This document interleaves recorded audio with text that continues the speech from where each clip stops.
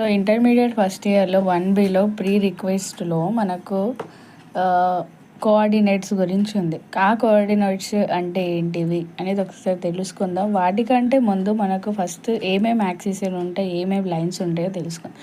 First మనకు 2 lines ఉంటాయి. ఒకటి హారిజెంటల్ లైన్, ఒకటేమో వర్టికల్ లైన్ ఉంటుంది. హారిజెంటల్ లైన్ని మనం ఎక్స్ యాక్సిస్ అంటాం, వర్టికల్ లైన్ని మనం వై యాక్సిస్ అంటాం. ఇందులో పాజిటివ్ నెగిటివ్ కూడా ఉంటాయి. రైట్ సైడ్ ఉందో దాన్ని ఏమంటాం అంటే మనం పాజిటివ్ ఎక్స్ యాక్సిస్ అంటాం.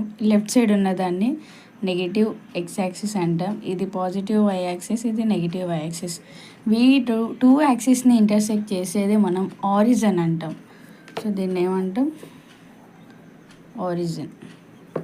సో ఇది కామన్గా ఉంటుంది, ఎక్స్ యాక్సిస్కి గాను వై యాక్సిస్కి గాను మొత్తం కామన్గా ఉంటుంది ఈ పాయింట్. ఇందులో మనకు 2 పాయింట్స్ ఉంటాయి. ఒకటి ఎక్స్ వై పాయింట్స్ మనం ఏవైతే రాస్తామో దాన్ని పాయింట్ అంటాం.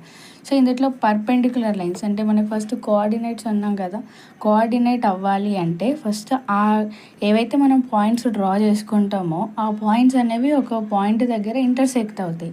ఆ ఇంటర్సెక్ట్ అయ్యే లైన్స్ మనకు పర్పెండిక్యులర్లో ఉండాలి. పర్పెండిక్యులర్ అంటే ఎగ్జాక్ట్గా మనకు 90 degrees వచ్చేటట్టుగా ఉండాలి.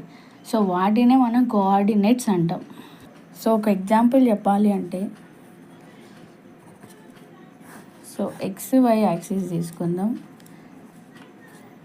X axis, Y axis, origin.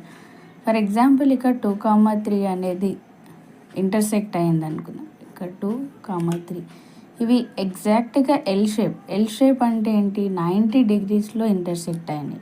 So ఈ 90 degreesలో ఇంటర్సెక్ట్ అయినాయి కాబట్టి వీటిని ఏమంటామంటే కోఆర్డినేట్ పాయింట్స్ అంటాం. సో ఇదేమో ఎక్స్ కోఆర్డినేట్ పాయింట్, ఇది వై కోఆర్డినేట్ పాయింట్. సో 2 అనేది ఏంటి? ఎక్స్ కోఆర్డినేట్ పాయింట్, 3 అనేది వై కోఆర్డినేట్ పాయింట్.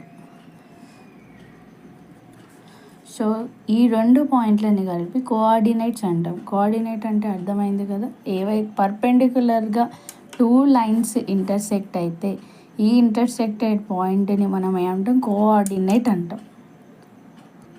అలాగే ఈ ఎక్స్ కోఆర్డినేట్ పాయింట్ని యాప్సిస్ అని, ఈ వై కోఆర్డినేట్ పాయింట్ని ఆర్డినేట్ అని పిలుస్తాం. సో దీన్ని ఏమంటాం? యాప్సిస్సా. ఇదేంటి? ఆర్డినేట్ అంటాం.